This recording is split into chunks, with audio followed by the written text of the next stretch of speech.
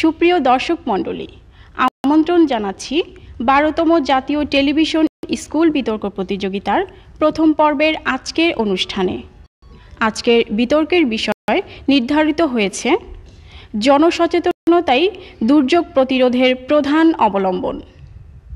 বিষয়ের পক্ষে বলবে Ispahani girls school and college, Dhaka, এবং বিপক্ষে বলবে নাখালপাড়া হোসেন আলী উচ্চ বিদ্যালয়, ঢাকা।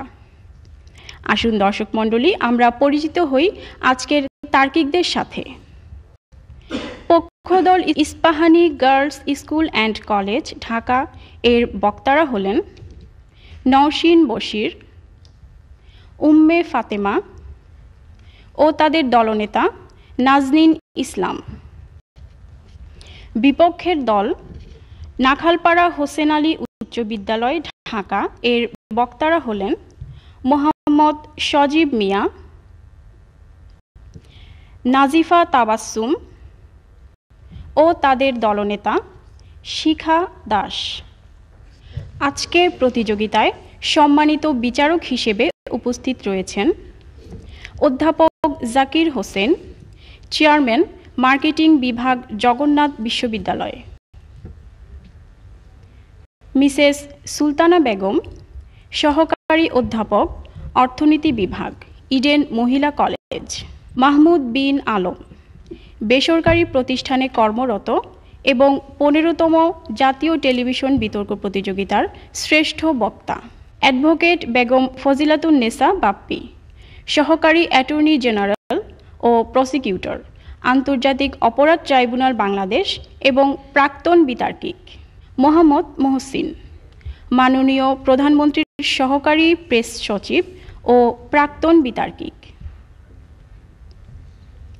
সম্মানিত বিচারক মণ্ডলী যেসব বিষয়ের উপর নম্বর প্রদান করবেন তা হল উপস্থাপনা 5, ভাষার ব্যবহার ও উচ্চারণ 5, তত্ত্ব ও তথ্য পরিবেশনা 10 এবং যুক্তি প্রয়োগ ও খণ্ডন 5। মাননীয় সভাপতি হিসেবে বিতর্ক অনুষ্ঠানটি পরিচালনা করার জন্য আমাদের মাঝে উপস্থিত রয়েছেন বিশিষ্ট সাংবাদিক এবং কলামিস্ট জনাব মোজাম্মেল বাবু। আমি এখন সম্মানিত সভাপতিকে মঞ্চে এসে আসন গ্রহণ করার জন্য বিনীত অনুরোধ করছি।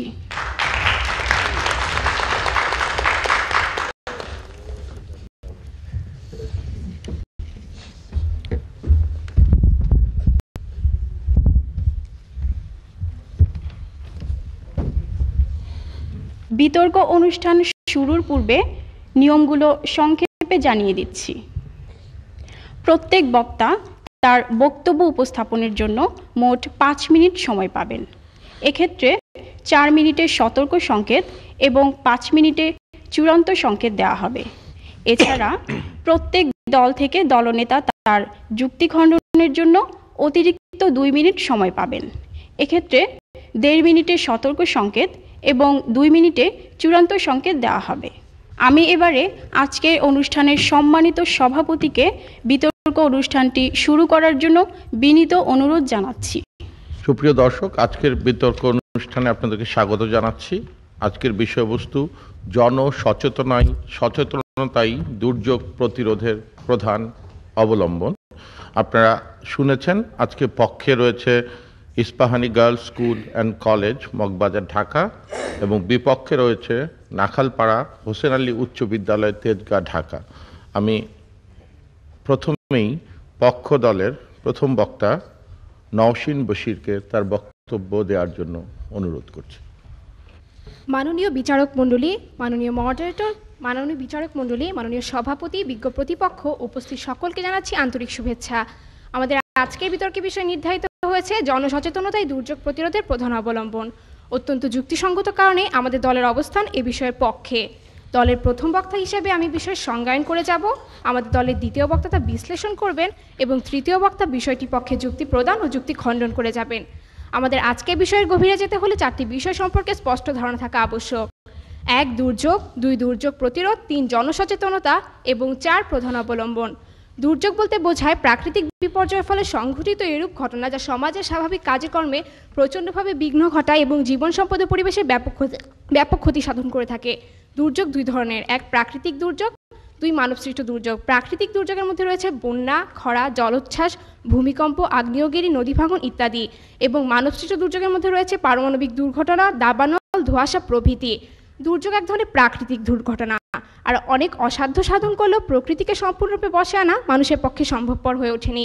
তাই দুর্যোগ পুরোপুরি এড়িয়ে যাওয়া সম্ভব নয়। তবে কিছু উপায় অবলম্বনের মাধ্যমে দুর্যোগ সংঘটনের ঝুঁকি হ্রাস করা সম্ভব। সম্ভাব্য দুর্যোগ সংঘটনের ঝুঁকি হ্রাসের উদ্দেশ্যে পদক্ষেপ গ্রহণ করাকেই দুর্যোগ প্রতিরোধ বলে অভিহিত করা যায়। দুর্যোগ প্রতিরোধ কার্যক্রমকে দুই ভাগে ভাগ করা যায়, এক কাঠামোগত দুর্যোগ প্রতিরোধ কার্যক্রম, দুই অকাঠামোগত দুর্যোগ প্রতিরোধ কার্যক্রম। কাঠামোগত দুর্যোগ প্রতিরোধ কার্যক্রমের মধ্যে রয়েছে পরিকল্পিত নগরায়ন, বৃক্ষরোপণ, বেড়িবাঁধ তৈরি, নদী খনন প্রভৃতি, এবং অকাঠামোগত দুর্যোগ প্রতিরোধ কার্যক্রমের মধ্যে রয়েছে পরিবেশ বিষয়ক র্যালি ও সেমিনার আয়োজন, গণসচেতনতা বৃদ্ধি ইত্যাদি। এরপর যে বিষয়টি আসে তা হলো জনসচেতনতা। জনগণের বিপর্যয়, দুর্যোগ ব্যবস্থাপনা ইত্যাদি সম্পর্কে সম্যক ধারণা থাকা ও যথাস্থানে যথাসময়ে সে জ্ঞান প্রয়োগের দক্ষতাই হলো জনসচেতনতা। এই জনসচেতনতাকে দুর্যোগ প্রতিরোধের প্রধান হাতিয়ার বোঝাতে প্রধান অবলম্বন কথাটি ব্যবহৃত হয়েছে। আমরা আমাদের বক্তব্যের মাধ্যমে প্রমাণ করে যাব যে দুর্যোগ প্রতিরোধে অন্য সব কার্যক্রম অপেক্ষা জনসচেতনতার গুরুত্ব অত্যধিক। ধরুন প্রতিপক্ষ এক ব্যক্তি কিছু জটিল রোগে আক্রান্ত, তার মধ্যে একটি হলো দুরারোগ্যব্যাধি ক্যান্সার, এছাড়াও টাইফয়েড, জ্বর, সর্দি কাশি, মাথা ব্যথা, ডায়রিয়া এসব রোগেও সে ভুগছে। ধরা যাক একসময় ব্যক্তিটির মৃত্যু হলো, তার মৃত্যুর পেছনে সব রোগের সম্মিলিত ভূমিকা থাকলেও মৃত্যুর প্রধান কারণ ধরা হবে ক্যান্সারকে। ঠিক তেমনি দুর্যোগ প্রতিরোধে অনেক কিছু করণীয় থাকলেও প্রধান অবলম্বন হিসেবে বেছে নেওয়া হবে জনসচেতনতাকে, কারণ জনসচেতনতা ছাড়া আইন প্রয়োগ বা সরকারি পৃষ্ঠপোষকতা শুধু অমূলকই না, অনেকাংশে ব্যর্থ। কাঠামোগত দুর্যোগ প্রতিরোধ কার্যক্রম যথেষ্ট ব্যয়বহুল, যা অনেক দরিদ্র দেশের পক্ষে বহন করা সম্ভবপর হয়ে ওঠে না। তাই অর্থাৎভাবে অনেক দেশের পক্ষেই কাঠামোগত দুর্যোগ প্রতিরোধ কার্যক্রম গ্রহণ সম্ভব হয় না, এতে এককালীন প্রচুর অর্থের প্রয়োজন হয়। কিন্তু তবুও সে দেশগুলোর মধ্যে অনেক দেশই দুর্যোগ প্রতিরোধের ক্ষেত্রে অনেকাংশেই সফল। তার কারণ তাদের সচেতনতা। উদাহরণস্বরূপ বলা যায় বাংলাদেশের কথা। বাংলাদেশ একটি দরিদ্র উন্নয়নশীল দেশ বলে এর দুর্যোগ প্রতিরোধে কাঠামোগত উদ্যোগ গ্রহণ ততটা অগ্রসর হচ্ছে না। ভৌগোলিক বাস্তবতার কারণে আমাদের দুর্যোগ নিয়ে থাকতে হলেও আমরা অন্যান্য দেশের চেয়ে তুলনামূলকভাবে এগিয়ে আছি কেবলমাত্র আমাদের জনসচেতনতার কারণে। দুর্যোগ প্রতিরোধে কেবলমাত্র সরকারি কার্যক্রমই যথেষ্ট নয়, প্রয়োজন বেসরকারি উদ্যোগ। আর বেসরকারি উদ্যোগ মানে জনসাধারণের সচেতন অংশগ্রহণ। দুর্যোগ প্রতিরোধের ক্ষেত্রেও তেমনভাবে কিছু বেসরকারি উদ্যোগ প্রয়োজন যা জনসাধারণের সচেতনতাকে ভিত্তি করে গড়ে ওঠে। যেমন ঘূর্ণিঝড় প্রস্তুতি কর্মসূচির আওতায় বাংলাদেশ রেড ক্রিসেন্ট সোসাইটির 32,000-এরও বেশি স্বেচ্ছাসেবী উপকূলীয় জেলাসমূহে কাজ করছে। তাদের এই সক্রিয় অংশগ্রহণের কারণ কিন্তু আইন প্রয়োগ বা সরকারি পৃষ্ঠপোষকতা নয় প্রতিপক্ষ, এর কারণ তাদের সচেতনতা। প্রতিপক্ষ দুর্যোগের ঝুঁকি হ্রাস বা দুর্যোগ প্রতিরোধের অন্যতম উপায় গাছ লাগানো, তা আমরা সবাই জানি। ধরুন প্রতিপক্ষ সরকার দুর্যোগ প্রতিরোধের উদ্দেশ্যে দেশের প্রায় বিভিন্ন স্থানে প্রায় 1 লক্ষ চারা গাছ লাগালো, কিন্তু জনগণ এ সম্পর্কে বিন্দুমাত্র সচেতন নয়। তারা এইসব চারা গাছের পরিচর্যার পরিবর্তে বরং এইসব চারা গাছের ক্ষতি করতে শুরু করলো। বলুন তো প্রতিপক্ষ, জনসচেতনতা ছাড়া সরকারের একার পক্ষে কি এতগুলো গাছের পরিচর্যা এবং গাছগুলোকে ক্ষতিগ্রস্ত হওয়া থেকে রক্ষা করা সম্ভব? কিন্তু যদি জনগণ সচেতন হয়, বৃক্ষরোপণে উৎসাহী হয়, গাছের সঠিক পরিচর্যা করে, একটি গাছ কাটলে আরও 2টি গাছ লাগে, তবে কোনো ধরনের সরকারি পৃষ্ঠপোষকতা ছাড়াই দেশ উঠবে সবুজ ও শ্যামল। দুর্যোগ সংঘটনের ঝুঁকিও হ্রাস পাবে। এবার দুই বন্ধুর একটি গল্প শুনিয়ে আমি আমার বক্তব্য শেষ করব। রহিম ও করিমি দুই বন্ধু মিলে ঠিক করলো তারা অবৈধভাবে একটি বনের গাছ কাটবে। যেই কথা সেই কাজ। কিন্তু গাছ কাটতে গিয়ে রহিম ধরা পড়ে গেল আইন প্রয়োগকারী সংস্থার হাতে। তাদের হাতে রহিম 3 বছরের সশ্রম কারাদণ্ড পেল। তাদের হাতে রহিম কিন্তু শাস্তিই পেল, সচেতনতা নয়। 3 বছর পর মুক্ত হয়ে সে আবার গাছ কাটা শুরু করলো। অপরদিকে করিমের গাছ কাটা ব্যাপারটি একদম সচেতন গ্রামবাসীর কাছে ধরা পড়ে গেল। তারা করিমকে গাছ কাটা হতে নিবৃত্ত করলো এবং গাছ কাটা কুফল সম্পর্কে অবহিত করলো। গাছ কাটার ফলে পরিবেশের এত ক্ষতি হতে পারে জেনে করিম গাছ কাটা ছেড়ে দিল। এটি হয়তো নিছকই গল্প প্রতিপক্ষ, কিন্তু খুঁজে দেখুন আমাদের আশেপাশে হয়তো এমন অনেক দৃষ্টান্ত আছে যেখানে সচেতনতা দুর্যোগের বৃক্ষ নিধনের মতো অন্যান্য কারণ দূরীকরণে গুরুত্বপূর্ণ ভূমিকা পালন করে। প্রতিপক্ষ, এরপরে কি আপনারা আমাদের সাথে একমত হবেন না যে দুর্যোগ প্রতিরোধের ক্ষেত্রে জনসচেতনতাই সর্বাপেক্ষা গুরুত্বপূর্ণ ভূমিকা পালন করে? আমরা কিন্তু সবসময় সত্যপক্ষে থেকে বলে যাব জনসচেতনতাই দুর্যোগ প্রতিরোধের প্রধান অবলম্বন। ধন্যবাদ মাননীয় সভাপতি, ধন্যবাদ সবাইকে। ধন্যবাদ নওশিন বশির। এবার বিপক্ষ দলের প্রথম বক্তা নাখালপাড়া হোসেন আলী উচ্চ বিদ্যালয়ের মোহাম্মদ সজীব মিয়াকে আমি বক্তব্য দেওয়ার জন্য অনুরোধ করছি। ধন্যবাদ মাননীয় সভাপতি, বিজ্ঞ বিচারক মণ্ডলী এবং আপনারা যারা শুনছেন। আমাদের আজকের বিতর্কের নির্ধারিত প্রস্তাব জনসচেতনতায় দুর্যোগ প্রতিরোধের প্রধান অবলম্বন, বিষয়ের বিপক্ষে আমার এবং আমার দলের সুদৃঢ় অবস্থান। মাননীয় সভাপতি, বিপক্ষ দলের প্রথম বক্তা হিসেবে আমি আজকের বিষয়ে সংজ্ঞায়ন ও তাত্ত্বিক বিশ্লেষণ করে যাব। আমার দলের দ্বিতীয় বক্তা তথ্য ও বাস্তব উদাহরণের মাধ্যমে এবং আমার দলের দলনেতা সার্বিক সমন্বয়ের মাধ্যমে বিষয়টির অসারতা প্রমাণ করবেন। মাননীয় সভাপতি, বিতর্কের গভীরে প্রবেশ করবার পূর্বে আজকের বিষয়টির দিকে লক্ষ্য করলে চারটি মূল প্রতিপাদ্য বিষয় খুঁজে পাই। ১. দুর্যোগ, ২. দুর্যোগ প্রতিরোধ, ৩. জনসচেতনতা এবং ৪. প্রধান অবলম্বন। দুর্যোগ বলতে আমরা এমন কোনো প্রাকৃতিক বা মানবসৃষ্ট ঘটনাকে বুঝি যা আমাদের স্বাভাবিক জীবনযাপনে চরমভাবে বিঘ্ন ঘটায়। আজকের বিতর্কে দুর্যোগ প্রতিরোধ বলতে আমরা দুর্যোগ পূর্ব ব্যবস্থাপনা ও তার যথাযথ বাস্তবায়নকে চিহ্নিত করছি, যার মাধ্যমে দুর্যোগের ক্ষয়ক্ষতি হ্রাস করিয়ে আনা সম্ভব। জনসচেতনতা হচ্ছে একটি নির্দিষ্ট ও বিশাল জনগোষ্ঠীকে কোনো নির্দিষ্ট বিষয়ে অবগত করা। আজকের বিতর্কের অত্যন্ত গুরুত্বপূর্ণ প্রতিপাদ্য বিষয় হচ্ছে প্রধান অবলম্বন। মাননীয় সভাপতি, আমার প্রতিপক্ষ দল দুর্যোগ প্রতিরোধের প্রধান অবলম্বন হিসেবে চিহ্নিত করেছেন জনসচেতনতাকে, কিন্তু আমরা বিশ্বাস করি জনগণকে সচেতন করে আদৌ দুর্যোগ প্রতিরোধ করা সম্ভব নয়। আর তাই আমরা মনে করি দুর্যোগ প্রতিরোধের প্রধান অবলম্বন হচ্ছে সুষ্ঠু পরিকল্পনা গ্রহণ ও তার যথাযথ বাস্তবায়ন। মাননীয় সভাপতি, দুর্যোগ কেন সংঘটিত হয় এবং তার সাথে জনসচেতনতা কিংবা সুষ্ঠু পরিকল্পনা গ্রহণ ও তার যথাযথ বাস্তবায়নের কী সম্পর্ক বিদ্যমান, তার মাধ্যমে আমরা প্রমাণ করব দুর্যোগ প্রতিরোধের প্রধান অবলম্বন অবশ্যই সুষ্ঠু পরিকল্পনা গ্রহণ ও তার যথাযথ বাস্তবায়ন। আমরা যদি একটি দুর্যোগ, বিশেষত প্রাকৃতিক দুর্যোগের বিভিন্ন কারণগুলো লক্ষ্য করি, তাহলে দেখব যে সকল কারণে দুর্যোগ সংঘটিত হয় সেগুলো হলো ভৌগোলিক অবস্থান, জলবায়ুর পরিবর্তন, গ্রিনহাউস ইফেক্ট, পর্যাপ্ত বনভূমির অভাব, সমুদ্রপৃষ্ঠের উচ্চতা, অবধে পাহাড় কাটা, জনসংখ্যা বিস্ফোরণ। এই প্রত্যেকটি কারণ যদি বিশ্লেষণ করি তাহলে দেখব পৃথিবীর কোনো ধরনের সচেতনতা দিয়েই এই কারণগুলি রোধ করা সম্ভব নয়, আর তাই দুর্যোগ প্রতিরোধ করা অসম্ভব। এ সকল ক্ষেত্রে সর্বত্র যদি সুষ্ঠু পরিকল্পনা গ্রহণ ও তার যথাযথ বাস্তবায়ন করা সম্ভব হয় তবেই দুর্যোগ প্রতিরোধ করা সম্ভব হবে। লক্ষ্য করুন প্রতিপক্ষ, 1991 সালে বাংলাদেশে যে ঘূর্ণিঝড় হয়েছিল তাতে প্রাণহানির সংখ্যা ছিল 1,38,000-এর বেশি। এই একই তীব্রতা সম্পন্ন ঘূর্ণিঝড় আবার দেখা যায় 1997 সালে, কিন্তু তখন প্রাণহানি 100-তে সীমাবদ্ধ ছিল। এর কারণ সরকার সেবার প্রায় 6 লক্ষ লোককে আশ্রয়কেন্দ্রে স্থানান্তর করে। প্রশ্ন হচ্ছে, যদি সরকার তার এমন মহৎ পরিকল্পনার যথাযথ বাস্তবায়ন না করতেন তাহলে আপনারা জনগণকে সচেতন করার মাধ্যমে কিভাবে এই পরিস্থিতির মোকাবেলা করতেন? দয়া করে আমার প্রশ্নের উত্তর দিয়ে যাবেন প্রতিপক্ষ। মার্কিন যুক্তরাষ্ট্রের ইতিহাসে সবচেয়ে বড় ধরনের সম্পদ ধ্বংসকারী ঘূর্ণিঝড় হচ্ছে ক্যাটরিনা, যা আঘাত হানে 2005 সালে। এই ঘূর্ণিঝড়টি সেখানকার প্রায় $100 বিলিয়ন মূল্যের সম্পদ বিনষ্ট করে। সচেতনতার কোনো ধরনের ঘাটতি না থাকা সত্ত্বেও কেন সে দেশের জনগণ বা তাদের সরকার এই পরিস্থিতির মোকাবেলা করতে সক্ষম হয়নি, দয়া করে তা আমাকে বুঝিয়ে বলবেন। বাংলাদেশের উপকূলীয় অঞ্চলের জেলেদেরকে ঘূর্ণিঝড় বা জলোচ্ছ্বাসের মৌসুমে মাছ ধরার উদ্দেশ্যে দূর সমুদ্রে বা নদীতে যাতায়াত করতে বারণ করা হয়। এমনকি এর কুফল সম্পর্কেও তাদেরকে যথাযথ ধারণা দেওয়া হয়, কিন্তু দেখা যায় তা সত্ত্বেও তারা সেখানে গমন করে। এমনকি নদী বন্দরের জন্য মহাবিপদ সংকেত নং 4 কিংবা সমুদ্র বন্দরের জন্য যোগাযোগ স্থাপনে ব্যর্থতা সংকেত নং 11 প্রদান করা সত্ত্বেও তারা তাদের ট্রলারকে নিরাপদ স্থানে ফিরিয়ে নেয় না, যার ফলে তাদেরকে ঘূর্ণিঝড় বা জলোচ্ছ্বাসের কবলে পড়তে হয়। আপনাদের দলের প্রথম বক্তা অত্যন্ত জোর গলায় বলে গেলেন জনসচেতনতাই দুর্যোগ প্রতিরোধের প্রধান অবলম্বন। তাহলে এখানে কেন তার ন্যূনতম ভূমিকাটুকু রাখতে ব্যর্থ হচ্ছে? দয়া করে তা বলে যাবেন। বন্যা বাংলাদেশের একটি অতি পরিচিত দুর্যোগ। বাংলাদেশের অধিকাংশ অঞ্চল প্রায় প্রতি বছরই বন্যায় কবলিত হয়। বিশেষত 1988 সনের বন্যা এবং 1997-98 সনের উপর্যুপরি বন্যা বিশ্বজুড়ে আতঙ্কের সৃষ্টি করেছিল। বন্যার সময় বিশুদ্ধ খাবার পানির প্রচণ্ড সংকট দেখা দেয়। সরকার বন্যা পূর্ব সময়ে জনগণকে দূষিত পানি পান করার অপকারিতা সম্পর্কে সচেতন করে, কিন্তু দেখা যায় যদি বন্যার সময় তাদের নিকট বিশুদ্ধ পানি সরবরাহ না করা হয় তাহলে জনগণ বাধ্য হয়ে সেই দূষিত পানি পান করছে।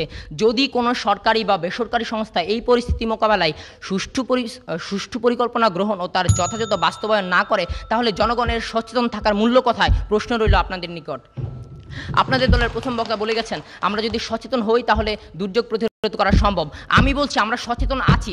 যেমন ধরুন, একটি দেশের সরকার বা প্রশাসন কখনোই অসচেতন নয়, কিন্তু তারা কি পারছে দুর্যোগের সর্বস্তরে সুষ্ঠু পরিকল্পনা গ্রহণ ও তার যথাযথ বাস্তবায়ন করতে? না, পারছেন না। আর তারা পারছেন না বলেই আমাদের দুর্যোগ কমছে না আর বাড়ছে আমাদের দুর্ভোগ। প্রতিপক্ষ, মাননীয় সভাপতি, পরিশেষে আমি একটি কথাই বলতে চাই, প্রধান অবলম্বন তো তাই হতে পারে যা অন্যান্য অবলম্বনকে নিয়ন্ত্রণ ও পরিচালনা করতে সক্ষম। জনসচেতনতা দুর্যোগ প্রতিরোধের একটি অবলম্বন হতে পারে মাত্র, কিন্তু তা আদৌ দুর্যোগ প্রতিরোধের প্রধান অবলম্বন নয়। তাই পৃথিবীর সীমাহীন সকল দুর্যোগ প্রতিরোধের সর্বস্তরে আমরা যদি সুষ্ঠু পরিকল্পনা গ্রহণ ও তার যথাযথ বাস্তবায়ন করতে পারি এবং তাই দুর্যোগ প্রতিরোধের প্রধান অবলম্বন, আসুন তাই আমরা এই অবিসংবাদিত সত্যটিকে মেনে নেই। এতক্ষণ যাবত আমার বক্তব্য ধৈর্য সহকারে শোনার জন্য মাননীয় সভাপতি, বিজ্ঞ বিচারক মণ্ডলী এবং আপনাদের সকলকে আমার সকৃতজ্ঞ ধন্যবাদ জ্ঞাপন করছি। সকলকে আমার নিরন্তর শুভেচ্ছা।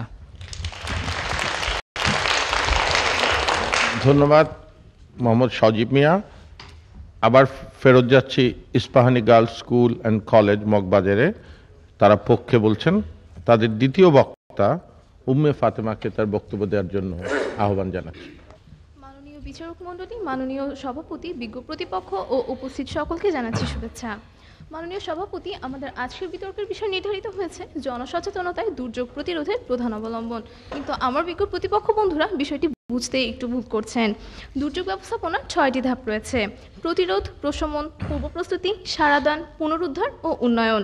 দুর্যোগের ঝুঁকি হ্রাসের জন্য যা করা হয় তা প্রতিরোধ এবং দুর্যোগের ক্ষয়ক্ষতি হ্রাসের জন্য যা করা হয় তা প্রশমনের অন্তর্ভুক্ত। সুতরাং আমাদের আজকের আলোচনার বিষয় হলো দুর্যোগের ঝুঁকি হ্রাসের জন্য কী করণীয়, কিন্তু প্রতিপক্ষ দলের প্রথম বক্তা দুর্যোগের ক্ষয়ক্ষতি হ্রাসের জন্য যা করণীয় তাকেও প্রতিরোধের অন্তর্ভুক্ত করে গেলেন। যেহেতু আমাদের আলোচ্য বিষয় দুর্যোগের প্রতিরোধ, তাই কেবল আমরা দুর্যোগের ঝুঁকি হ্রাসে কী কী করণীয় তা নিয়ে আলোচনা করব।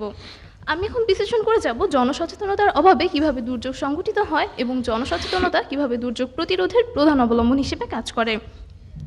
দুর্যোগ সংঘটনের জন্য দায়ী হিসেবে যে সকল কারণ চিহ্নিত করা যায় তা হলো পর্যাপ্ত বৃক্ষের অভাব, পরিবেশের ভারসাম্যহীনতা, জনসংখ্যার বৃদ্ধি, বিজ্ঞান ও প্রযুক্তির অসচেতন ব্যবহার, অপরিকল্পিত নগরায়ন ও শিল্পায়ন, নদী ভরাট ইত্যাদি।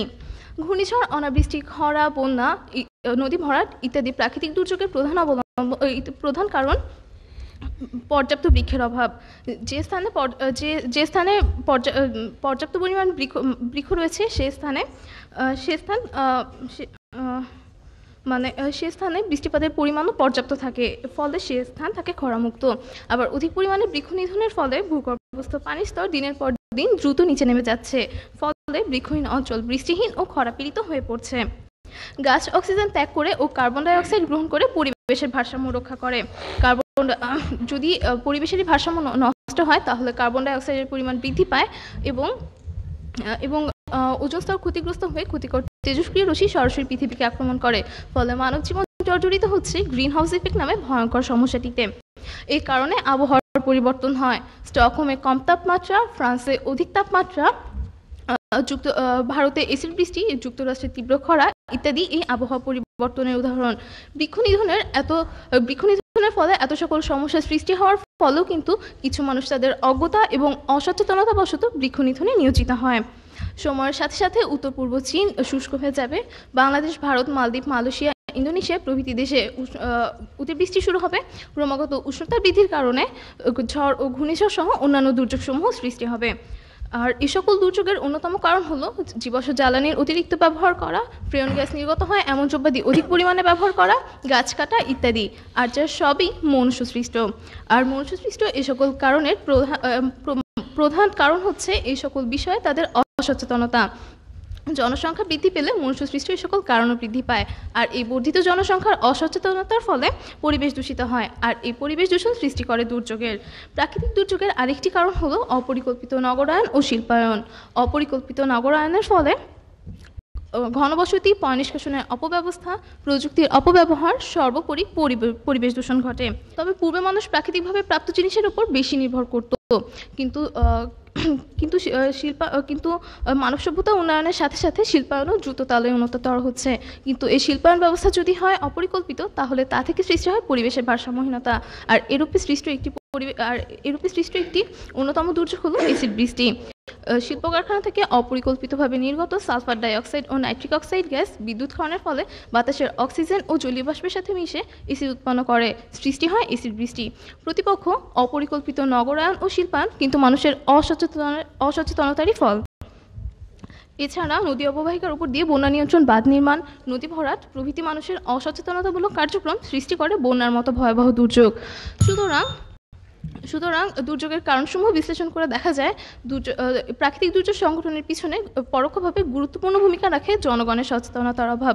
যা সংগঠনের কারণে জনসচেতনতার অভাব, তার প্রতিরোধের প্রধান উপায় জনগণের সচেতনতা ছাড়া আর কি হতে পারে? প্রতিপক্ষ দয়া করে উত্তর দিয়ে যাবেন। দুর্যোগ প্রতিরোধের জন্য প্রয়োজনীয় একটি নির্মল পরিবেশের জন্য প্রয়োজন গাছ, আর জনগণ যদি গাছের প্রয়োজনীয়তা সম্পর্কে অবগত না থাকে তবে তারা বৃক্ষ নিধনে নিয়োজিত হয়। বৃক্ষ নিধনের অন্যান্য কারণগুলো হলো পরিবেশ সম্পর্কে অজ্ঞতা এবং জনসংখ্যা বৃদ্ধি। দুর্যোগ প্রতিরোধের ক্ষেত্রে যদি জনগণ সচেতন না হয় তাহলে শত আইন প্রয়োগ করে বা কেবল কাঠামোগত কার্যক্রম গ্রহণ করে কোনো লাভ হবে না। সরকার আমাদের দিক নির্দেশনা দিতে পারে, সরকারি ব্যবস্থাপনা সেই নির্দেশ পালনের জন্য আমাদের প্রয়োজনীয় দ্রব্য সরবরাহ করতে পারে, কিন্তু সেই নির্দেশ অনুযায়ী কাজ করতে হবে আমাদের প্রতিপক্ষ, আর এর জন্য প্রয়োজন নির্দেশ ও নির্দেশ পালনের নিয়মাবলী সম্পর্কে সচেতনতা। তাই শুধু আমাদের দলের পক্ষে নয়, সকল সচেতন নাগরিকের প্রতিনিধি হিসেবে বলে যাচ্ছি, দুর্যোগ প্রতিরোধের সকল অবলম্বনের মধ্যে জনসচেতনতাই দুর্যোগ প্রতিরোধের প্রধান অবলম্বন। ধন্যবাদ মাননীয় সভাপতি, ধন্যবাদ সবাইকে। ধন্যবাদ উম্মে ফাতেমা। এবার আসছে বিপক্ষ দল, নাখালপাড়া হোসেন আলী উচ্চ বিদ্যালয়ের দ্বিতীয় বক্তা নাজিফা তাবাসসুম। ধন্যবাদ মাননীয় সভাপতি, বিজ্ঞ বিচারক মণ্ডলী এবং আপনারা যারা শুনছেন। আজ আমাদের বিতর্কের বিষয় নির্ধারণ করা হয়েছে জনসচেতনতাই দুর্যোগ প্রতিরোধের প্রধান অবলম্বন। আমি এবং আমার দল এর বিপক্ষে অবস্থান করছি। দলের দ্বিতীয় বক্তা হিসেবে আমি তথ্য, তত্ত্ব এবং বাস্তব উদাহরণের মাধ্যমে আমাদের অবস্থানকে আরও দৃঢ় করে যাব। মাননীয় সভাপতি, একটি দুর্যোগকে প্রতিরোধ করতে হলে প্রধান অবলম্বন হিসেবে ভূমিকা রাখে সুষ্ঠু পরিকল্পনা ও তার যথার্থ বাস্তবায়ন। এক্ষেত্রে জনসচেতনতা কিছুতেই প্রধান অবলম্বন বলে বিবেচিত হতে পারে না, এটি হতে পারে একটি সহায়ক অংশ মাত্র। একটি দুর্যোগ প্রতিরোধ করতে হলে আমাদের প্রয়োজন সঠিক পূর্ব প্রস্তুতির, আর এই সঠিক পূর্ব প্রস্তুতি নেওয়া সম্ভব আবহাওয়ার সঠিক পূর্বাভাস দ্বারা। মাননীয় সভাপতি, আমাদের প্রতিপক্ষ বন্ধুরা যে বারবার জনসচেতনতার কথা উল্লেখ করে যাচ্ছেন, এখানে আমার প্রশ্ন হলো, আবহাওয়া অধিদপ্তরে উন্নত মানের প্রযুক্তি ব্যবহার নিশ্চিত না করে কিসের ভিত্তিতে তারা জনগণকে সচেতন করার কথা বারবার উল্লেখ করে যাচ্ছেন? আশা করি উত্তর দিয়ে যাবেন প্রতিপক্ষ। সুষ্ঠু পরিকল্পনার অভাবে আমাদের দেশে রয়েছে আশ্রয় কেন্দ্রের ব্যাপক অভাব। আমাদের দেশে উপকূলীয় জেলা প্রায় 28টি এবং সেখানে রয়েছে প্রায় 5 কোটিরও অধিক সংখ্যক মানুষ। পর্যাপ্ত পরিমাণ আশ্রয় কেন্দ্রের অভাবে পর্যাপ্ত পরিমাণ আশ্রয় কেন্দ্রের অভাবে দুর্যোগ প্রতিরোধ করা যথাযথভাবে সম্ভব হচ্ছে না। প্রতিপক্ষ, আমাদের মনে রাখতে হবে, জনগণের সচেতনতা কোনো দিনও একটি আশ্রয় কেন্দ্র নির্মাণ করতে পারে না। আশ্রয় কেন্দ্র নির্মাণ করতে পারে সরকারের সুষ্ঠু পরিকল্পনা গ্রহণ ও সেই পরিকল্পনার যথার্থ বাস্তবায়ন। মাননীয় সভাপতি, আমরা 2007 সালে ঘটে যাওয়া ভয়ঙ্কর সিডরের কথা শুনেছি। এই সিডরে আমাদের দেশের উপকূলীয় অঞ্চলের প্রায় 8,000-এরও অধিক মানুষ মৃত্যুবরণ করেছিল এবং 3 কোটিরও বেশি মানুষ হয়েছিল ক্ষতিগ্রস্ত। এই ক্ষেত্রে সরকার অনেক আগে থেকেই সচেতনতামূলক বাণী প্রচার করা শুরু করে দিয়েছিলেন। তারপরও শেষ পর্যন্ত কাজে এসেছে আমাদের দেশের আশ্রয় কেন্দ্র, এনজিও, এছাড়াও অন্যান্য সাহায্যকারী সংস্থা এবং সরকারের দৃঢ় ভূমিকা। প্রতিপক্ষ, আপনারা নিশ্চয়ই 1970 সালে এবং 1991 সালের সেই ভয়াবহ ঘূর্ণিঝড়ের কথা শুনে থাকবেন। 1970 সালের ঘূর্ণিঝড়ে প্রায় 5 লাখ এবং 1991 সালের ঘূর্ণিঝড়ে প্রায় 1.5 লাখেরও বেশি মানুষ মৃত্যুবরণ করেছিল। এক্ষেত্রে প্রতিপক্ষের কাছে আমার প্রশ্ন হলো, এই বিপুল সংখ্যক জনগোষ্ঠীর মধ্যে কি হাতে গোনা 2-1 জন সচেতন ছিল না? তাহলে তাদের এই সচেতনতাকে কাজে লাগিয়ে কেন রক্ষা পেতে পারলো না? কেন তাদের অকালে মৃত্যুবরণ করতে হলো? আশা করি প্রতিপক্ষ উত্তর দিয়ে যাবেন। মাননীয় মডারেটর, 2011 সালের 11ই মার্চ জাপানে হানা দেয় প্রলয়ঙ্কারী সুনামি এবং ভূমিকম্প। সেক্ষেত্রে ভূমিকম্পের মাত্রা ছিল 8.9 রিক্টার স্কেল। 23 ফুট উচ্চতা দিয়ে জলোচ্ছ্বাসের পানি বয়ে গিয়েছিল। 13,000-এরও অধিক মানুষের মৃত্যু হয়েছিল এবং লক্ষাধিক মানুষ হয়েছিল গৃহহীন। মাননীয় সভাপতি, আমরা সকলে জানি জাপান একটি অত্যন্ত সচেতন রাষ্ট্র। এরপরও জাপান এই দুর্যোগ প্রতিরোধ করতে সক্ষম হয়নি। এই দুর্যোগ প্রতিরোধ করতে সক্ষম হয়নি। জাপানের এই বিপর্যয় কাটিয়ে উঠতে জাপানকে সহায়তা করেছে সরকারের দ্রুত সিদ্ধান্ত গ্রহণ এবং সেই সিদ্ধান্তের যথার্থ বাস্তবায়ন। মাননীয় সভাপতি, আমার দলের প্রথম বক্তা গ্রিন হাউস ইফেক্ট সম্পর্কে বলে গিয়েছেন, আর এই গ্রিন হাউস ইফেক্টের ফলে সবচেয়ে বেশি ক্ষতিগ্রস্ত হচ্ছে বাংলাদেশ সহ তৃতীয় বিশ্বের দরিদ্র দেশগুলো। মাননীয় সভাপতি, আশঙ্কা করে যাচ্ছে সমুদ্রপৃষ্ঠের উচ্চতা 1 মিটার বৃদ্ধি পেলে বাংলাদেশের প্রায় 15.8% পানির নিচে তলিয়ে যাবে এবং এছাড়াও 62টি থানা ও 13টি জেলা হবে ক্ষতিগ্রস্ত। মাননীয় সভাপতি, এটিও আশঙ্কা করে যাচ্ছে আগামী 50 বছরে পৃথিবীর তাপমাত্রা 1.05 ডিগ্রি থেকে বেড়ে গিয়ে 4.5 ডিগ্রি পর্যন্ত হতে পারে। সুতরাং এক্ষেত্রে দেখতে পাচ্ছি আমরা আমাদের গ্লোবাল ওয়ার্মিং দিনে দিনে বেড়েই চলেছে। প্রতিপক্ষ, আমরা হলফ করে বলতে পারি এই গ্রিন হাউস ইফেক্টের জন্য আমার বাংলাদেশ বিন্দু মাত্র দায়ী নয়, এর জন্য দায়ী হলো বিশ্বের নানা রকমের শিল্পোন্নত তথা ধনী রাষ্ট্রগুলো। তার এইসব রাষ্ট্রগুলো খুব সচেতনভাবেই আমাদের বৈশ্বিক প্রেক্ষাপটে কার্বন ডাই অক্সাইডের ব্যবহার বাড়িয়ে চলেছেন। প্রতিপক্ষের দিকে আমার প্রশ্ন, এটাই কি সেই সচেতনতা যার কথা প্রতিপক্ষ বন্ধুরা বারবার উল্লেখ করে যাচ্ছেন? আশা করি উত্তর দিয়ে যাবেন প্রতিপক্ষ। এমনও অনেক কাজ রয়েছে যেটি নেতিবাচক দিক সম্পর্কে সকলেই অবগত, তারপরও কোনো মানুষ এসব কাজ করতে পিছু হচ্ছে না, যেমন অবৈধ স্থাপনা, বন উজাড়, পাহাড় কাটা ইত্যাদি। তাহলে প্রতিপক্ষের নিকট আমার প্রশ্ন, আপনারা এই জনসচেতনতাই রয়েছে যেটির কথা আপনারা বারবার আপনাদের বক্তব্যে উল্লেখ করে যাচ্ছেন? আশা করি উত্তর দিয়ে যাবেন প্রতিপক্ষ। এছাড়াও প্রতিপক্ষ দলের প্রথম বক্তা বলে গেলেন যে দুর্যোগ প্রাকৃতিক দুর্ঘটনার কথা। আমার মনে হয় যে প্রতিপক্ষের কাছে আমাদের বিতর্কের বিষয়টি ভালো মতো পরিষ্কার হতে পারেনি, কারণ আমাদের বিষয়টি দুর্ঘটনা নিয়ে নয় বন্ধুরা, আমাদের বিষয়টি দুর্যোগ নিয়ে। দুঃখজনক হলো সত্য যে আমাদের প্রতিপক্ষ বন্ধুদের আমাদের দেশ সম্পর্কে কোনো রকম ধারণাই নেই। প্রতিপক্ষ দলের প্রথম বক্তা, বিপক্ষ দলের দ্বিতীয় বক্তা বলে গিয়েছেন যে বাংলাদেশ একটি জনসচেতন দেশ, কিন্তু দুঃখজনক হলো সত্য যে এই ধারণা সম্পূর্ণ ভুল। বাংলাদেশ যদি একটি জনসচেতন দেশ হতো তাহলে সরকার কিছুদিন পর পর জনগণ সচেতনতামূলক কর্মকাণ্ড গ্রহণ করতেন না। তাহলে বলা যাচ্ছে যে বাংলাদেশ একটি অবশ্য জনসচেতন দেশ না। জনসচেতন দেশের মধ্যে রয়েছে জাপান, চীন আর অন্যান্য দেশসমূহ। আমার দলের প্রথম বক্তা একটি গ্রিন হাউস ইফেক্ট সম্পর্কে কিছু প্রশ্ন করে গিয়েছেন, কিন্তু আমরা এখন পর্যন্ত এই প্রশ্নের উত্তর পাইনি। আশা করি এর পরের বক্তা এই প্রশ্নের উত্তর দিয়ে যাবেন। তাই প্রতিপক্ষ, আমাদের সাথে আপনারা এখনই একমত পোষণ করে বলে উঠুন যে দুর্যোগ প্রতিরোধে জনসচেতনতা নয়, বরং প্রধান ভূমিকা পালন করা সুষ্ঠু পরিকল্পনা ও সেই পরিকল্পনার যথার্থ বাস্তবায়ন। সবার প্রতি কৃতজ্ঞতা জ্ঞাপন করে আমি আমার বক্তব্য শেষ করছি। ধন্যবাদ মাননীয় সভাপতি এবং ধন্যবাদ উপস্থিত সকলকে। ধন্যবাদ নাজিফা তাবাসসুম। এবার পক্ষ দল ইস্পাহানি গার্লস স্কুল অ্যান্ড কলেজের দলনেতা এবং সর্বশেষ বক্তা নাজনীন ইসলাম। ঝুটি বাঁধা ডাকাত সেজে দল বেঁধে মেঘ চলেছে যে, আজকে সারা বেলা কালো ঝাপে মধ্যে ভরে সূর্যিকে নেয় চুরি করে। ভয় দেখাবার খেলা। প্রতিপক্ষ, আমরা কিন্তু এই ভয় দেখাবার খেলায় বিন্দুমাত্র ভয় পাবো না, কারণ আমরা দুর্যোগ প্রতিরোধ সম্পর্কে সচেতন। মাননীয় সভাপতি, আমাদের আজকের বিতর্কের বিষয় নির্বাচিত হয়েছে জনসচেতনতায় দুর্যোগ প্রতিরোধের প্রধান অবলম্বন। আমার ও আমার দলের অবস্থান আমাদের আজকের বিষয়ের পক্ষে। আদিম যুগে দুর্যোগকে মনে করা হতো অপদেবতার কুদৃষ্টির ফল, কিন্তু বর্তমানে মানুষ এই ধারণা থেকে মুক্ত হয়েছে। কেবল সেই দুর্যোগকে মোকাবিলাই করেনি, বরং দুর্যোগ প্রতিরোধেও সচেষ্ট হয়েছে। তার কারণ মানুষ দুর্যোগের পিছনে লুকিয়ে থাকা রহস্যগুলো জেনে তা সম্পর্কে সচেতন হয়েছে। যে সচেতনতা মানুষকে দুর্যোগ প্রতিরোধে সচেষ্ট করে, সে সচেতনতাই যে দুর্যোগ প্রতিরোধে প্রধান অবলম্বন হিসেবে কাজ করবে তা বলাই বাহুল্য। এবার 30 এপ্রিল 2011 তারিখে দৈনিক প্রথম আলো পত্রিকায় প্রকাশিত একটি খবরে কিছু অংশ তুলে ধরছি। নারায়ণগঞ্জ শহরের খানপুরে বরফকুড়ো খেয়াঘাট সংলগ্ন শীতলক্ষা নদীর তীরে বিশাল এলাকা ভরাট করে চলছে অবৈধ বালুর ব্যবসা।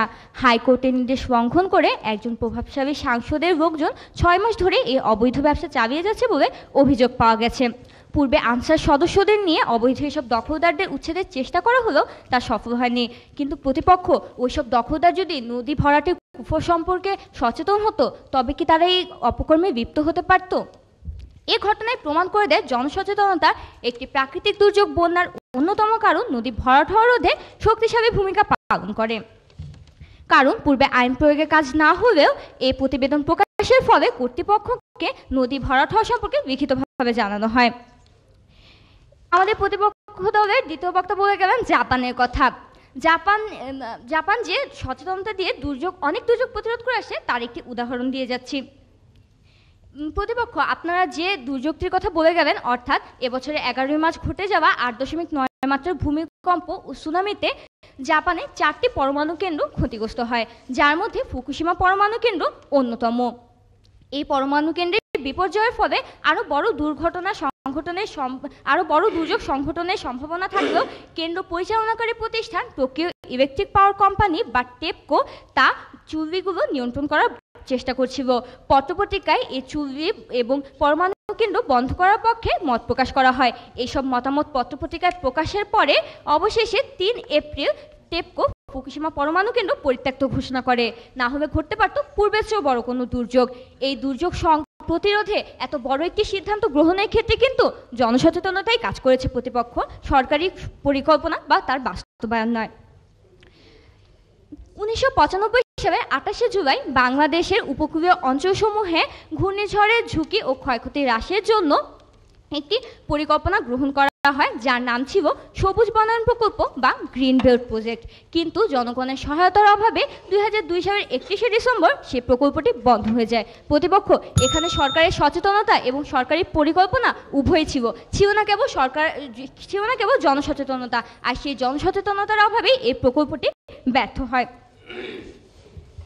কেবলমাত্র সরকারের পরিকল্পনায় যদি দুর্যোগ প্রতিরোধের জন্য যথেষ্ট হতো, তাহলে গাছ লাগান পরিবেশ বাঁচান এই স্লোগানের পরিবর্তে স্লোগান হতো সরকারিভাবে গাছ লাগাবো পরিবেশ বাঁচাবো। দুর্যোগ প্রতিরোধে সচেতনতামূলক লিফলেটে লেখা থাকতো না, আসুন আমরা দুর্যোগ প্রতিরোধে এগিয়ে আসি।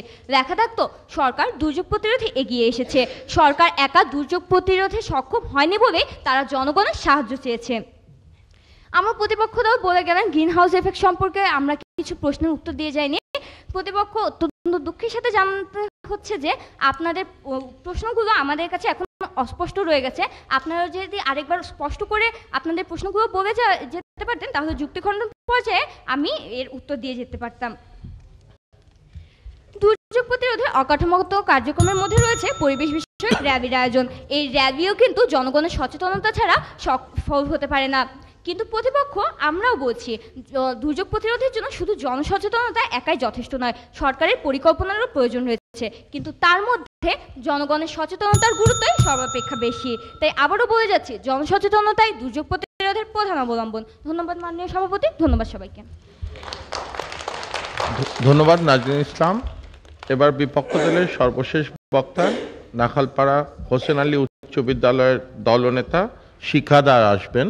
এর পরবর্তীতে দুই দলনেতা আবার যুক্তি খণ্ডনের জন্য সময় পাবেন। শিক্ষা দাসকে আহ্বান করছি।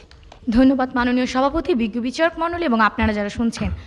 আপনারা নিশ্চয়ই এতক্ষণে জানতে পেরেছেন যে আমাদের আজকের বিতর্কে নির্ধারিত প্রস্তাব জনসচেতনতাই দুর্যোগ প্রতিরোধের প্রধান অবলম্বন। আমি এবং আমার দল এ বিষয়ের বিপক্ষে অবস্থান করছি। মাননীয় সভাপতি আমার দলের প্রথম ও দ্বিতীয় বক্তা এতক্ষণে বক্তব্যটি স্পষ্টরূপে আপনাদের কাছে তুলে ধরেছেন। দলের তৃতীয় এবং সর্বশেষ বক্তা হিসেবে সার্বিক সমন্বয়ের মাধ্যমে আমি বিষয়টির অসারতা প্রমাণ করব। মাননীয় সভাপতি, যে দু ধরনের দুর্যোগের সম্মুখীন আমাদের হতে হয় তার একটি হচ্ছে প্রাকৃতিক দুর্যোগ এবং অপরটি হলো মানবসৃষ্ট দুর্যোগ। সাধারণত প্রাকৃতিক দুর্যোগে মানুষের কোনো হাত থাকে না, তবে মানবসৃষ্ট দুর্যোগ যেমন যুদ্ধ, পরিবেশগত অবনতি, শিল্প ও প্রযুক্তিগত বিপর্যয়, অগ্নিকাণ্ড ইত্যাদি যখন প্রকৃতির স্বাভাবিক ভারসাম্যকে ক্ষতিগ্রস্ত করে তখন প্রাকৃতিক দুর্যোগ বেশি বেশি আঘাত হানে। মাননীয় সভাপতি, যে সকল মানবসৃষ্ট দুর্যোগ আজও মানুষের মনে দুর্যোগের বিভীষিকার উজ্জ্বল রূপ বহন করে তার মধ্যে প্রধান হচ্ছে যুদ্ধ। 1945 সালে দ্বিতীয় বিশ্বযুদ্ধে হিরোশিমা এবং নাগাসাকির মতো শহরকে উড়িয়ে দেওয়া হয়েছিল। তাছাড়া ইরাকে 2003 সালে এবং আফগানিস্তানে 2001 সালে সংঘটিত হয়েছিল যুদ্ধ, যার ফলে এই সকল উন্নত দেশগুলো অর্থনৈতিক অবস্থা, অবকাঠামোগত উন্নয়ন সহ প্রায় ব্যাপক ক্ষয়ক্ষতি হয়েছিল।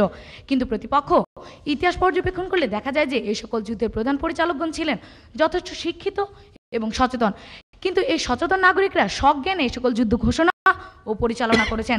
তাহলে প্রতিপক্ষ, আপনাদের কাছে আমার প্রশ্ন এই যে আপনারা আর কত জনসচেতনতা সৃষ্টির মাধ্যমে দুর্যোগকে প্রতিরোধ করতে পারবেন, তার উত্তর দয়া করে আমাকে দিয়ে যাবেন। মাননীয় সভাপতি ও প্রতিপক্ষ, আমরা সকলে জানি যে বাংলাদেশ ভূমিকম্পের মারাত্মক ঝুঁকিপূর্ণ দেশ, আর ঢাকা অন্যতম ঝুঁকিপূর্ণ শহর। হ্যাঁ বন্ধুরা, আর এর প্রধান কারণ হিসেবে বিবেচিত অপরিকল্পিত নগরায়ন ও শিল্পায়ন, যার ফলে ঢাকা শহরে অহরহভাবে গড়ে উঠছে পরিকল্পনাহীন ভবন। অর্থলোভে শিক্ষিত এবং সচেতন ব্যক্তি নির্মাণ করছে রাজুক কর্তৃক প্রণীত নিয়ম অমান্য করে 20 থেকে 30 তলা ভবন, যার ফলে কাঁঠাল বাগান, বেগুনবাড়ি, তেজগাঁয়ের ফোনিক্স ভবন সহ বিভিন্ন জায়গায় বিল্ডিং ধসে বহু লোক প্রাণ হারাচ্ছে।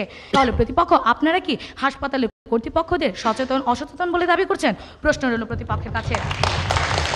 তাহলে দেখা যাচ্ছে যে এ সকল ভবনের নির্মাণকর্তারা যথেষ্ট শিক্ষিত এবং সচেতন, আর তারা সচেতনভাবে এ সকল ভবন নির্মাণ করছে। কিন্তু প্রতিপক্ষ, এই সচেতন নাগরিকরা কি করছে? তারাই কিন্তু দুর্যোগের সৃষ্টি করছে প্রতিপক্ষ।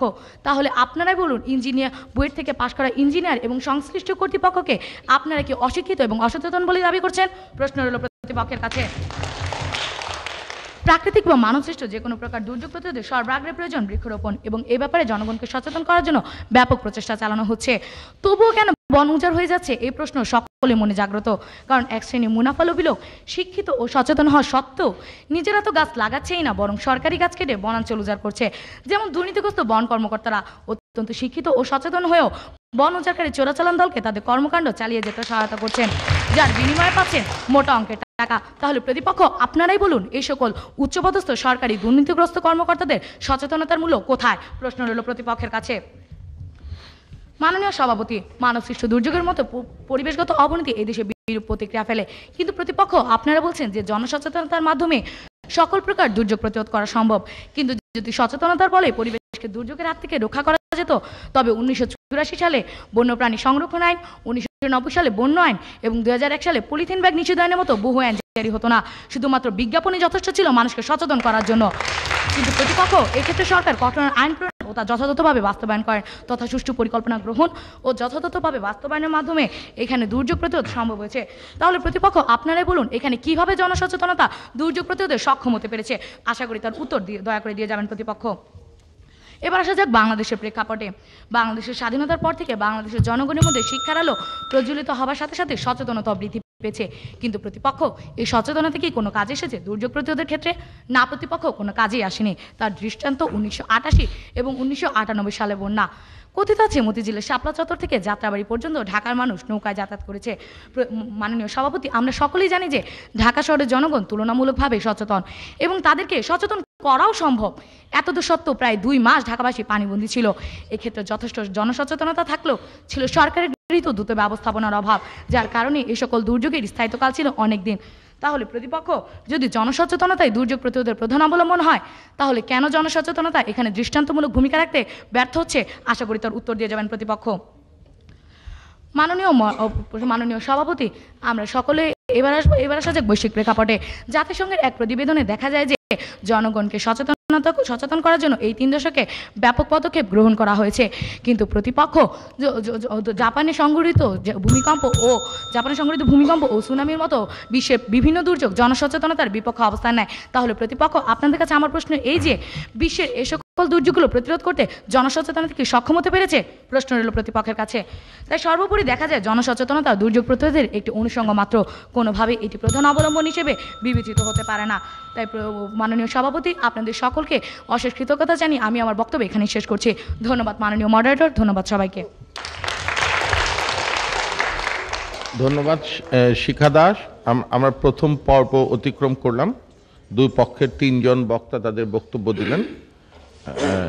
বিতর্ক প্রতিযোগিতার এই পর্যায়ে পক্ষ দল অর্থাৎ ইস্পাহানি গার্লস অ্যান্ড কলেজের দলনেতা নাজনীন ইসলামকে যুক্তি খণ্ডনের জন্য আহ্বান জানাচ্ছি। ধন্যবাদ মাননীয় সভাপতি, আমাকে আরেকবার কিছু বলবার সুযোগ করে দেওয়ার জন্য। তর্কের খাতিরে বিতর্কের এ পর্যায়ে একটু অন্য প্রসঙ্গে সরে আসি।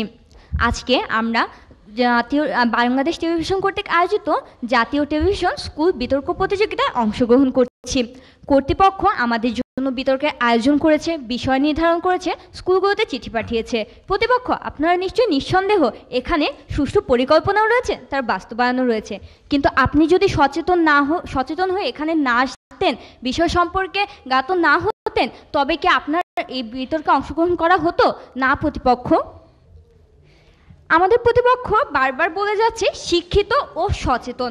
লক্ষ্য করুন প্রতিপক্ষ, কোনো কিছু জানাই কিন্তু কখনো সচেতনতা হতে পারে না। কোনো কিছু সুফল ও কুফল সম্পর্কে জেনে আত্মপলব্ধির মাধ্যমে তা করতে উদ্বুদ্ধ হওয়ার মানসিকতাকে আমরা সচেতনতা বলবো।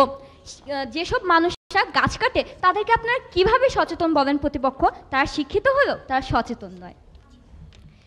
প্রথম বক্তা বলে গেলেন সুষ্ঠু পরিকল্পনা ও বাস্তবায়নে দুর্যোগ প্রতিরোধে সর্বাপেক্ষা গুরুত্বপূর্ণ ভূমিকা রাখে, কিন্তু প্রতিপক্ষ সরকারের এই সুষ্ঠু পরিকল্পনা বাস্তবায়নের জন্যই তো জনসচেতনতার প্রয়োজন।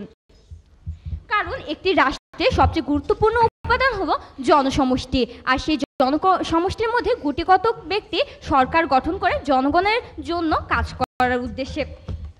মূল শক্তি যে জনগণের হাতে, সেই জনগণের সচেতনতার চেয়ে কিভাবে গুটি কতক লোকের সচেতনতাকে আপনারা গুরুত্বপূর্ণ বলে মনে করছেন তা আমাদের বোধগম্য নয়।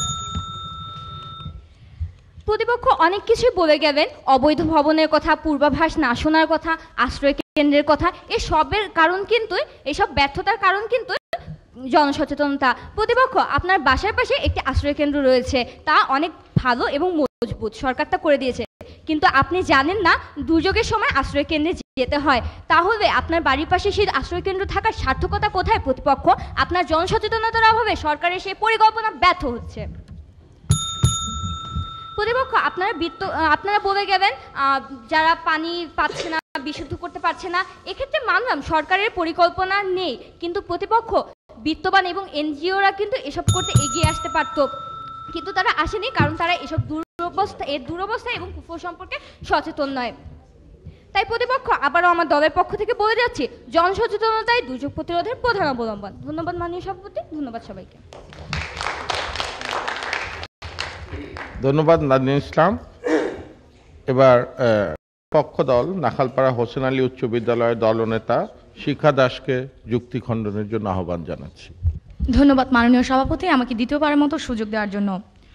প্রতিপক্ষ, আপনাদের দলের প্রথম বক্তা বলে গেলে যে একজন শিক্ষিত ও সচেতন ব্যক্তি বন কাটতে পারে না, কিন্তু প্রতিপক্ষ আপনারা আরও বলে গেছেন যে একজন দুর্যোগ প্রতিরোধের সময় জনগণকে সচেতন করতে হয়, কিন্তু প্রতিপক্ষ একজন শিশুকে কিন্তু বোঝাতে হবে না যে তাকে তার খাবার গ্রহণ করতে হবে। তাহলে একজন নাগরিককে যে বাংলাদেশে যখন প্রতিনিয়তই দুর্যোগ সংঘটিত হচ্ছে, তখন কিন্তু মানুষকে বোঝাতে হবে না যে এই দুর্যোগের সময় তাকে আশ্রয়কেন্দ্র যেতে হবে, বরং সে নিজের জন্যই সে আশ্রয়কেন্দ্রে যাবে। তাছাড়া প্রতিপক্ষ, মাননীয় মডারেটর ও প্রতিপক্ষ, লক্ষ্য করুন, কিছুদিন পূর্বে প্রধানমন্ত্রী বিশ্ব জলবায়ু সম্মেলনে যোগ দিয়েছিলেন, যার কারণে তিনি গিয়েছিলেন সুইজারল্যান্ডের জেনেভা শহরে। কিন্তু আপনারা বলছেন যে দুর্যোগ প্রতিরোধের জন্য জনসচেতনতাই প্রধান অবলম্বন, কিন্তু যদি দুর্যোগ প্রতিরোধের জন্য জনসচেতনতা নয়, বরং অন্যান্য দেশের আর্থিক সহযোগিতা প্রয়োজন। যদি দুর্যোগ প্রতিরোধের জন্য জনসচেতনতা প্রয়োজন হতো, তাহলে বিশ্ব নেতৃবৃন্দ সুইজারল্যান্ডের জেনেভা শহরে সুষ্ঠু পরিকল্পনা গ্রহণ ও বাস্তবায়নের জন্য একত্রে সমবেত হতেন না।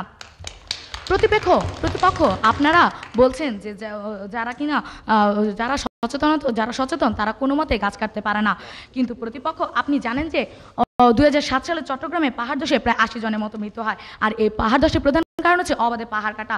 কিন্তু যারা এই পাহাড় কাটছে তারা কিন্তু সকলে শিক্ষিত ও যথেষ্ট সচেতন, তবুও তারা সজ্ঞানে এই সকল পাহাড় কাটছে। তাহলে প্রতিপক্ষ, আপনাদের সচেতনতা কেন এখানে দৃষ্টান্তমূলক ভূমিকা রাখতে পারছে না? প্রশ্ন রইল আপনাদের কাছে। প্রতিপক্ষ, আপনারা বলে গেছেন যে ক্যান্সার হচ্ছে, আপনারা একটি গল্প বলে গেছেন যে ক্যান্সারের মাধ্যমে একটি মানুষের মৃত্যু হয়, কিন্তু প্রতিপক্ষ আমরা যদি ক্যান্সারকে চিহ্নিত করি, আর সেই ক্যান্সারকে চিহ্নিত করে একজন ডাক্তার, আর আমরা ডাক্তারকে চিহ্নিত করছি সরকার হিসেবে, এবং এই সরকারের সুষ্ঠু পরিকল্পনা গ্রহণ ও বাস্তবায়নই হচ্ছে তার যথাযথ দুর্যোগ প্রতিরোধের প্রধান অবলম্বন। সরকার সুষ্ঠু পরিকল্পনা গ্রহণ করে ও যথাযথভাবে বাস্তবায়ন করে না, এই প্রশ্ন আমরা সকলে জানি, কিন্তু আমরা সবসময় বলে যাচ্ছি যে সরকারের সুষ্ঠু পরিকল্পনা গ্রহণ ও যথাযথভাবে বাস্তবায়নই হচ্ছে একরকম। কিন্তু দুঃখজনক বিষয় হলো সত্য যে বাংলাদেশে কঠোর আইন থাকলেও নেই তার যথাযথ বাস্তবায়ন, যার কারণে এই সকল দুর্যোগ নিরসন করা সম্ভব হচ্ছে না। কিন্তু প্রতিপক্ষ, এই সকল বাস্তবায়নের মাধ্যমে কিন্তু দুর্যোগ প্রতিরোধ করা সম্ভব, তাহলে আপনারা বলছেন বাস্তবায়নের মাধ্যমে দুর্যোগ প্রতিরোধ করা সম্ভব না। ধন্যবাদ মাননীয় সভাপতি, আমাকে দ্বিতীয়বারের মতো সুযোগ দেওয়ার জন্য। ধন্যবাদ শিখা দাস। দর্শক মণ্ডলী, আপনারা দুই পক্ষের মতামত বক্তব্য শুনলেন, যুক্তি খণ্ডন শুনলেন। আমি নিশ্চিত যে আজকের বিচারক মণ্ডলীর জন্য একটা কঠিন কাজ হবে, কেননা যেই দল বক্তব্য দিচ্ছিলেন আমি এখানে বসেও সেদিকেই ঝুঁকে যাচ্ছিলাম, অপর দল যখন বক্তব্য দিচ্ছিল তখন তাদের দিকেই ঝুঁকে যাচ্ছিলাম। বস্তুত দুই পক্ষ একই কথা বলেছে, শুধু যুক্তির কারণে তারা শব্দগুলি নিয়ে নিজেদের মতো করে ব্যাখ্যা দেওয়ার চেষ্টা করেছে। দুই পক্ষই জানে যে পরিকল্পনা, সরকারের ভূমিকা এবং মানুষের ভূমিকা, এইটুকু মিলেই হচ্ছে দুর্যোগ মোকাবেলা। এখন এই জনসচেতনতার অংশ হিসেবে এক পক্ষ তাদের প্রয়োজনে জনসচেতনতার এক ধরনের ব্যাখ্যা দিয়েছেন, অপর পক্ষ তাদের দুর্যোগের অন্যরকম ব্যাখ্যা দিয়েছেন। কিন্তু বস্তুত বিষয়টি হচ্ছে দুর্যোগ মোকাবেলায় এক অর্থে যদি বলি জনগণই সবচেয়ে শক্তিশালী, কেননা সরকার একটি সঠিক পরিকল্পনা গ্রহণ করতে পারে, সেই সরকার নির্বাচনের পিছনেও জনগণের প্রত্যক্ষ ভোটিং আছে। সুতরাং যেই ধরনের একটি সরকার আমাদের এই ধরনের দুর্যোগ মোকাবেলায় পরিকল্পনা এবং বাস্তবায়নের উদ্যোগ নিতে পারবে না, জনগণ তাদেরকে যদি নির্বাচিত না করে তাহলেই জনগণই ওই পরিকল্পনার রায়টাও দিতে পারে। এটা যদি এক অর্থে যেরকম বলা যায়, উল্টা দিক থেকে বলা যায় জনগণ যতই সচেতন হোক, কোনো দেশে যদি জনবিচ্ছিন্ন সরকার আসীন হয়ে বসে, তাহলে জনগণের কোনো সচেতনতা থাকা সত্ত্বেও সেই সরকার এই দুর্যোগ মোকাবেলা থেকে শুরু করে অন্যান্য বড় বড় কাজগুলি করে উঠতে পারে না। এটা একটা সার্কুলার লুপ। এবং জনসচেতনতা কিন্তু আমি এই পক্ষের একটা বক্তব্য সুন্দর এসছে যে শিক্ষাই জনসচেতনতা নয়। যেই ভূমিদস্যু ভূমি দখল করছে তার নলেজ থাকতে পারে যে সে ভূমি দখল করছে, জলাধার দখল করছে, কিন্তু এটা প্রতিরোধ করতে হলে, জনপ্রতিরোধ গড়ে তুলতে হলে জনসচেতনতা লাগবে। আর জনসচেতনতা দিয়ে বেশি দূর যাওয়া যাবে না যদি সরকার এই ভূমিদস্যুদের পক্ষে হয়। আবার সেই সরকারকে দিয়ে কিছু করা যাবে না যেই সরকার জনগণের বন্ধু নয়, সেইটাকে আবার শাস্তি দিতে পারে জনগণ তার ভোটের মাধ্যমে। ঘুরে ফিরে জনগণ সকল ক্ষমতার উৎস, আর জনসচেতনতা সৃষ্টি করতে হবে সরকার এবং জনগণের সম্মিলিত প্রচেষ্টায়। এখানে জনগণ একা জনসচেতনতা তৈরি করতে পারবে না। সরকারের পরিকল্পনা, পলিসি সাপোর্ট, বাস্তবায়ন, মানুষের অংশগ্রহণ, এই সব কিছুর মধ্যে দিয়েই আমাদের সমস্যাটির সমাধান খুঁজতে হবে। সকলকে ধন্যবাদ এবং আজকের বক্তাদেরও অসংখ্য ধন্যবাদ।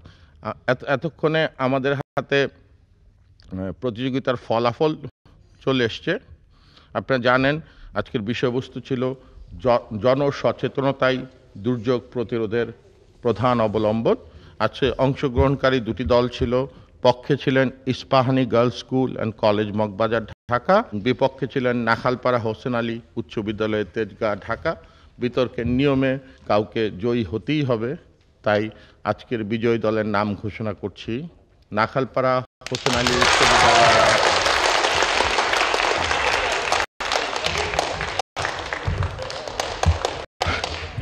এবং আজকে শ্রেষ্ঠ বক্তা শিখা দাস বিপক্ষ দলের।